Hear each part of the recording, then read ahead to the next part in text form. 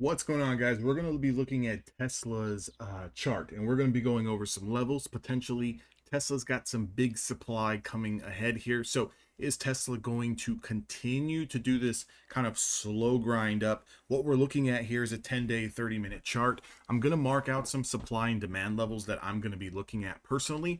And the supply that I'm talking about here is Tesla's approaching and been rejected at its daily 10 and daily 20 SMA, a couple back-to-back days here, right? So if you look back on Thursday, we kind of came into this daily 10 and 20-day moving average, got rejected, kind of pulled back into its 5-day moving average, and then kind of bounced a little bit. Good opportunities here. Again, this is obviously in the pre-market here, kind of bounced into this 5 daily moving average, and then kind of bounced all the way back up into its resistance. So for the better half of 2 days, Tesla has kind of been playing ping pong in between its daily 5 and daily 10 and 20.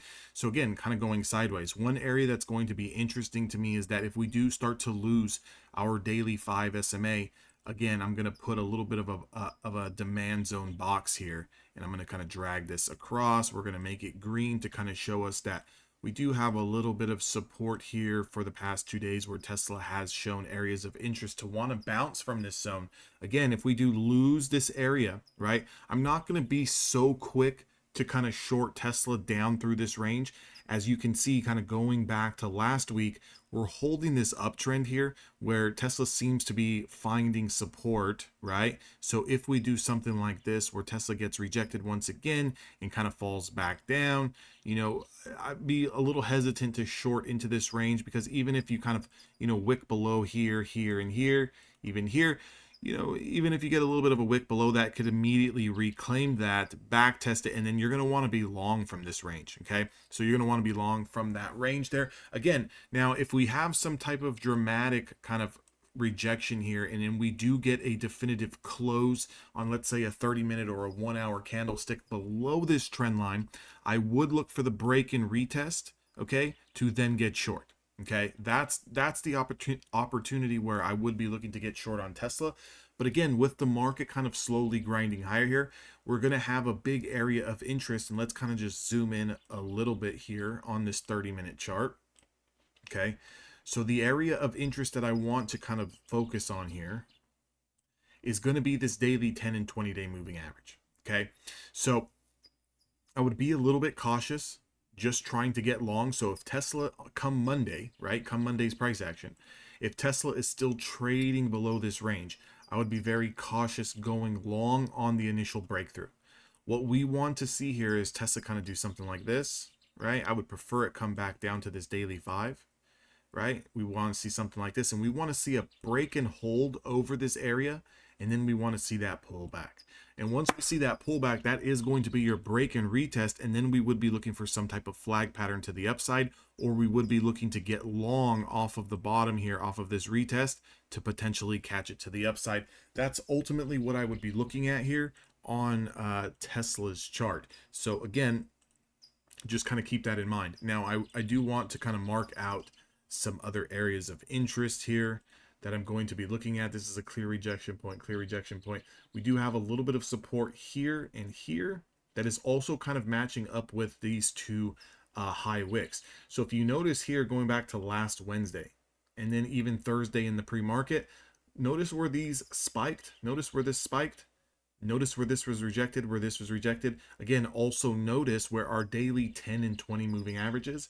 So this is going to be acting as a little bit of resistance here, and we can actually put a supply zone here. Okay, so this is going to give you a little bit of a target of if you are in long. Boom.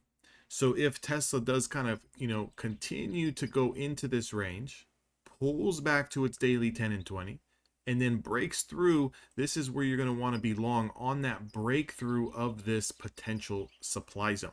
Okay, so the higher Tesla goes, preferably, what would be nice for Tesla would be something like this, right? This is what I would like to see. Maybe a little bit of rejection here, a pullback into our daily 5, show that we are going to hold, and then a clear, strong push over 260s, and then pull back. That's what I would like to see.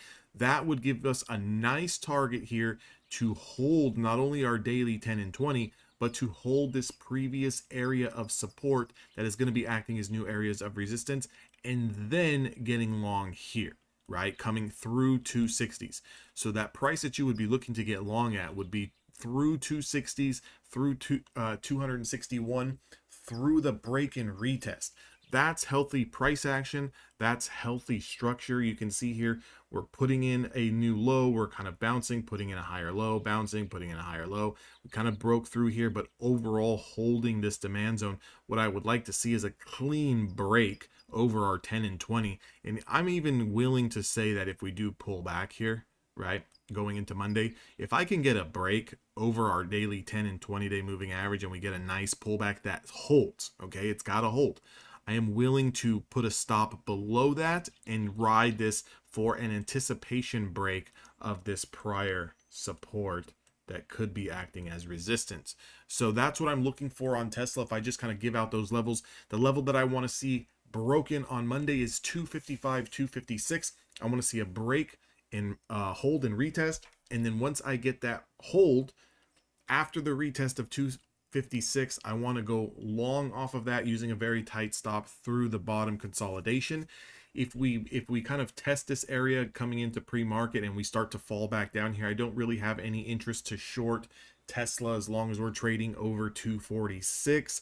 However, if we lose 246 and come down into mid to low 240s and bounce, I will be looking for the short down through 240 into 232. That's what I would be looking for there on Tesla. So again, overall bias on Tesla right now is about 60% leaning to the bullish side, still 40% bearish, because again, you know, the market is still well below, okay, well below macro supply. Like for example, Tesla is still trading well below its 50 and 200 SMA on the daily. So again, when we're trading below our 50 and 200, we have to be a little bit more cautious here. What we're trying to do is trying to ride a little bit of this momentum until we can at least reclaim that daily and you know, that daily 50 and 200. So again, that's not all the way up until 290.